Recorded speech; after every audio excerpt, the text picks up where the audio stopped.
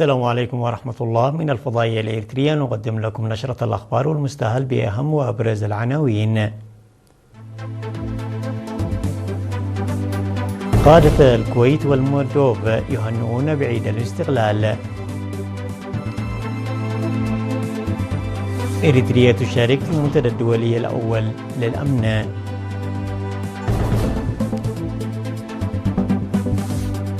جهود لمنع دخول مرض الإيبولا إلى البلاد.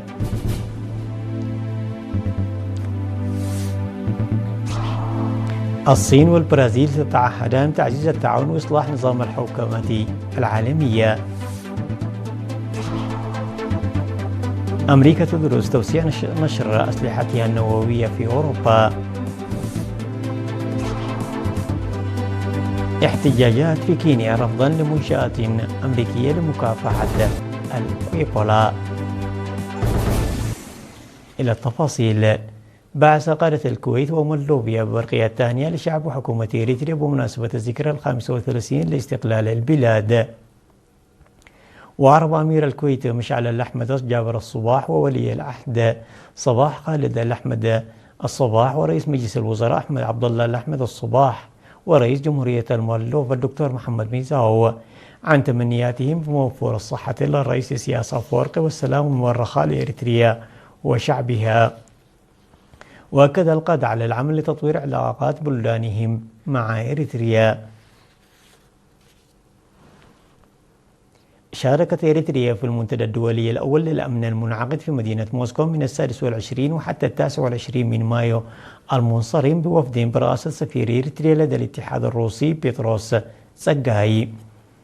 حضر المنتدى المنظم بتنسيق وزارة الداخلية في الاتحاد الروسي وهيئات حكومية أخرى حوالي 5000 مندوب من 145 دولة. ركز المنتدى على دور التكنولوجيا الرقمية في الإرهاب وتقويض الأمن القومي ودور تضليل الاستقلال العاطفي كأداة حرب ضد الدول نصف الكرة الجنوبي والتعاون الدولي في مجال أمن المعلومات ودور المنظمات غير الحكومية في تقويض الأمن القومي. كما ناقش مكافحة انتشار الأيديولوجيات المتطرفة والإرهاب ومشاكل المياه باعتبارها تحديات للأمن والسلام العالميين والإقليميين. وأجرى الوفد الإريتري لقاءات مع الشركات والمؤسسات الحكومية وغير الحكومية التي قدمت ابتكارات ومعارض في مجال الأمن والسلامة لمناقشة إمكانيات التعاون. أعلنت وزارة الصحة القيام بالتدابير اللازمة للسيطرة ضد أي تفشي محتمل لفيروس الإيبولا رغم انخفاض إمكانية دخوله إلى البلاد. وأوضح مدير فرع مكافحة الأمراض المعدية في وزارة الصحة دكتور راي برهاني لوسائل الإعلام المحلية اليوم تشكيل لجنة عمل وطنية لمراقبة الوضع وذلك بسبب تفشي فيروس بوندوبيو جو في جمهورية الكونغو الديمقراطية وأوغندا. وذكر القيام بتنسيق كبير لإنجاح أنشطة فرق العمل وتم نشر المعلومات حول المرض في جميع الأقاليم والمستشفيات وإنشاء مرافق لقياس درجات الحرارة لمنع ظهور أعراض المسافرين القادمين إلى المطار مضيفا بأنه سيتم طرح أسئلة على المسافرين عما إذا كانوا قد سافروا إلى مناطق موبوءة. وقال أنه تم تحديد مرافق الحجر الصحي للحالات المشتبه بها وتم اتخاذ الترتيبات المختبرية المناسبة مضيفا أن توفير المعلومات الأساسية للشعب من خلال وسائل الإعلام وتنظيم التدريب اللازم للعاملين في مجال الصحة من بين البرامج الرئيسية. كما دعا الإريتريين المقيمين في أوغندا وجنوب السودان على اتباع الإرشادات الصادرة عن السلطات في تلك البلدان وتوخي الحذر. ودعا المقيمين في جمهورية الكونغو الديمقراطية على الامتناع عن السفر إلى مقاطعات إيتوري وشمال وجنوب كيوفو المتضررة من الإيبولا. وأوضح بأن فيروس الإيبولا ينتقل عن طريق الاتصال بسوائل الجسم والمعدات التي يستخدمها الشخص المصاب مضيفا أن الحمى والصداع والطفح الجليدي والآلام العضلات والتهاب الحلق من بين الأعراض الأولى للمرض. وأشار إلى عدم وجود لقاح أو علاج لفيروس بوندوبيو ويعتمد التحكم فيه في تفشيه على التشخيص المبكر والحجر الصحي والرعاية والتواصل الوثيق والدفن الآمن والمشاركة المجتمعية الفاعلة. وأعلنت جمهورية الكونغو الديمقراطية وأوغندا في 15 من مايو من العام 2026 عن تأثرهم بتفشي فيروس الإيبولا. وتشير أحدث التقارير إلى تسجيل 321 حالة إصابة مؤكدة و48 حالة وفاة في جمهورية الكونغو الديمقراطية، و11 حالة إصابة وحالة وفاة واحدة في أوغندا. وظهر فيروس الإيبولا لأول مرة في العام 1976، لكن تفشي المرض في جمهورية الكونغو الديمقراطية وأوغندا في أعوام 2007 2012 2026، وكان تفشيه بسبب فيروس بونديوبو جو. دشن يوم 31 من مايو سد جديد تم بناؤه في ضاحية دار السناي بمديرية لقوعان سبب تعاون الشعب والحكومة بتكلفة حوالي 12 مليون نقفة. وأعرب مدير إدارة ضاحية دار السناي سيزر أقابر تسفاي في مراسم التدشين التي حضرها وزير الحكومات المحلية السفير عبد الله موسى وحاكم إقليم القشبركة السفير محمود علي الحوري عن سعادته البالغة بافتتاح السد وتركيب خط الكهرباء الجديد في آن واحد، مهنئا السكان بهذه المناسبة. وقال أن بناء السد قد اكتمل بفضل العمل الناجح الذي قام به السكان بالتعاون مع وزارة الزراعة وإدارة إقليم القشبركة وإدارة مديرية لقوعنسبة.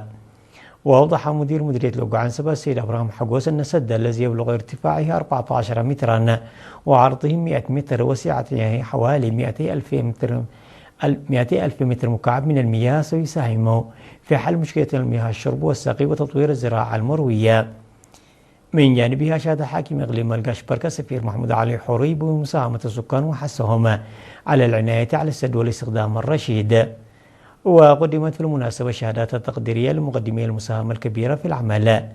ويبلغ عدد سكان ضاحية دار السناي حوالي 1400 نسمة.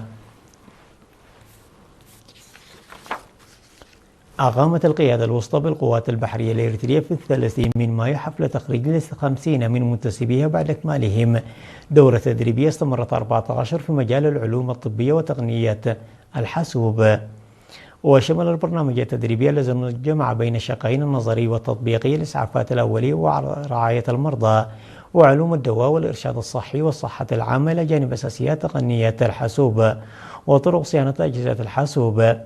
وخلال مراسم التخريج دعا الرئيس ماري عبد مكيل الخريجين إلى توظيف المعارف والمهارات التي اكتسبوها في وحدتهم العسكرية ومحيط عملهم، مؤكدا أهمية مواصلة تطوير قدراتهم المهنية من خلال العمل المستمر والاطلاع والقراءة. وفي ختام الحفل تم توزيع شهادات على الخريجين كما جرى تكريم المتفوقين الذين أحرزوا تفوقا خلال فترة التدريب تقديرا لجهودهم وإنجازاتهم. احتفلت الجاليات الإريترية في كل من زامبيا وزيمبابوي وفرنسا بالذكرى 35 لاستقلال البلاد في أجواء وطنية مفعمة. في العاصمة الزامبية لوساكا كان رئيس الجالية السيد جابرييل بيتروس في كلمة خلال المناسبة أن عيد الاستقلال يجسد وحدة الشعب الإريتري وتماسكه وحبه لوطنه، مشيرا إلى تعزيز التنظيمات المجتمعية وتوسيع المشاركة في مسيرة التنمية الوطنية يمثلان مسؤولية جماعية ومهمة مستمرة لجميع المواطنين. وفي عاصمة زيمبابوي هراري قامت الجالية الإريترية احتفالا مماثلا شدد خلاله رئيس الجالية السيد أمانييل شيفاراو على أن الصمود والتفاني وعدم الاستسلام كانت من أهم القيم التي مكنت الشعب الإريتري من تجاوز مختلف التحديات عبر المراحل التاريخية، مؤكدا ضرورة نقل هذه القيم الوطنية الراسخة إلى الأجيال القادمة. وفي فرنسا شهدت مدن مارسيليا ونانت فعاليات احتفالية ركزت بصورة خاصة على الأجيال الشابة. وأكد رؤساء الجاليات في كلماتهم التهاني للشعب الإريتري وقوات الدفاع بمناسبة عيد الاستقلال مجددين التزامهم بالعمل من أجل تعزيز مساهمة المواطنين في البرامج الوطنية ودعم مسيرة التنمية. وتخللت الاحتفالات عروض ثقافية وفنية متنوعة عكست ثراء التراث الإريتري وتنوعه في مواطنة الأطفال والشباب المشاركون في برامج تعليم اللغة الأم أجواء مميزة على الفعالية من خلال فقرات فنية وتراثية. أنجز فرع الزراعة بإقليم شمال البحر الأحمر مشروع إنشاء حاجز لتحويل مياه السيول في مديرية فورا، وذلك في إدارتي ضاحيتي أفتا وزولا، بهدف الاستفادة من مياه السيول في الري واستطلاع أكثر من 1000 هكتار من الأراضي الزراعية. وأوضح المهندس الزراعي السيد يوهانس تسفاي المشرف على تنفيذ المشروع أن الحاجز الذي يبلغ طوله 30 مترا شيد باستخدام الحجر والأسمنت وفق معايير فنية، مشيرا إلى أن أعمال التنفيذ شهدت مشاركة واسعة من الشعب. من جانبهم أكد سكان إدارة ضاحيتي أفتى وزول أن الحواجز الترابية التي كانوا ينشؤونها سابقا كانت تتعرض للانهيار مع ازدياد تدفق السيول، الأمر الذي يحد من الاستفادة منها، مضيفين أن إنشاء الحاجز الجديد تحت إشراف فني متخصص يوفر حلا أكثر استدامة ويساهم في حماية الأراضي الزراعية وتعزيز الإنتاجية. بدوره أوضح مسؤول الزراعة في مديرية فورو سيتس فايتولي أن المنطقة تستقبل كميات كبيرة من المياه القادمة عبر الأودية الموسمية، وأن الجهود السابقة التي اعتمدت على العمل اليدوي والآليات لحفظ المياه والتربة لم تحقق النتائج المرجوة بالشكل المطلوب. وأشار إلى أن المشروع الجديد سيساعد على توجيه مياه السيول والاستفادة منها في الأغراض الزراعية بدلا من تدفقها في البحر دون استقلال. الأخبار العالمية بعد فاصل قصير.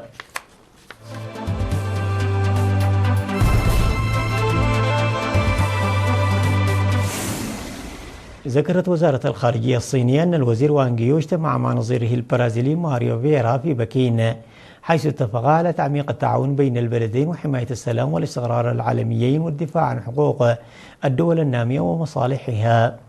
وقالت الوزارة في بيان أن وانغ يو وفييرا أجريا حوارا استراتيجيا وبصفتهم عضوين رئيسيين في مجموعة بريكس للدول النامية.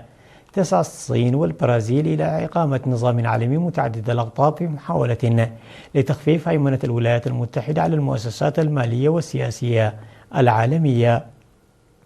وقال وانغ يو أن الصين تدعم البرازيل في حماية سيادتها الوطنية والحفاظ على استقلالها وتحقيق مزيد من التنمية.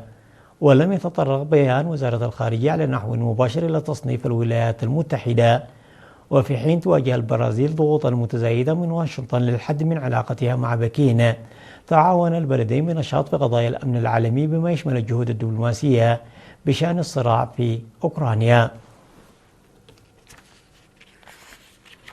تدرس الولايات المتحدة إمكانية نشر أسلحة نووية في دول أوروبية أخرى أعضاء في حلف الشمال الأطلسي، وفق ما ذكرته صحيفة فاينانشال تايمز البريطانية. وأشارت الصحيفة في تقرير لها إلى أن المسؤولين الأمريكيين أبدوا استعدادهم لعملية نشر إضافية خارج نطاق الدول الستة الحالية التي تستضيف قاذفات قنابل ذات قدرات نووية.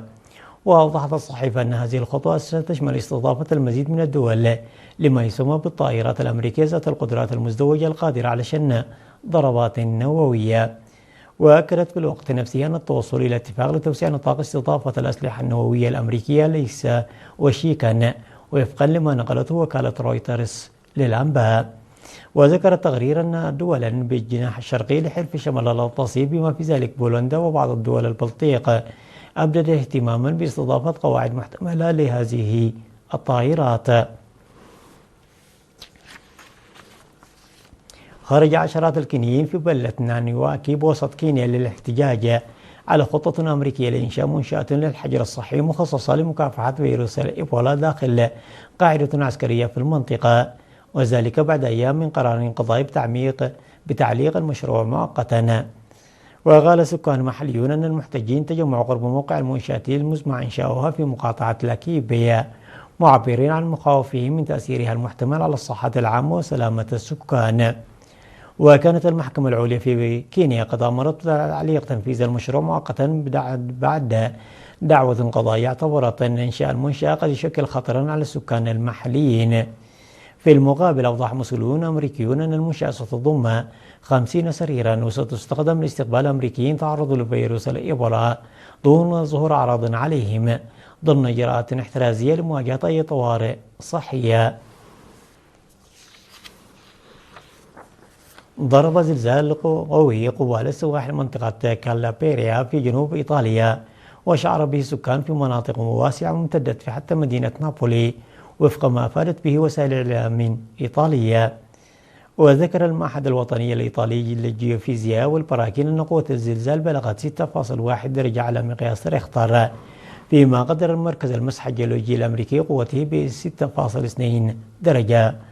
ووقع زلزال في البحر التيراني قبالة مدينة كوزاناسي جنوب البلاد، وعلى عمق يقارب 250 كيلومترا، ما ساهم في شعور سكان مناطق واسعة بهزاته. ولم ترد حتى الآن تقارير عن وقوع خسائر بشرية أو أضرار مادية فيما تواصل السلطات عمليات التقييم والتحقيق في المناطق المتأثرة. عناوين النشرة مرة أخرى: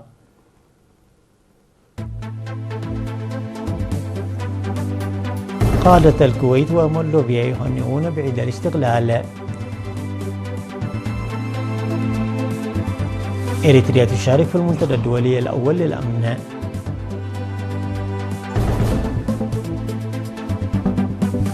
جهود لمنع دخول مرض الإيبولا إلى البلاد.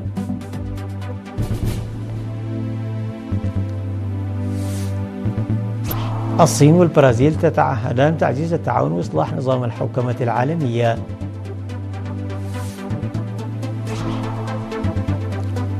أمريكا تدرس توسيع نشر أسلحتها النووية في أوروبا.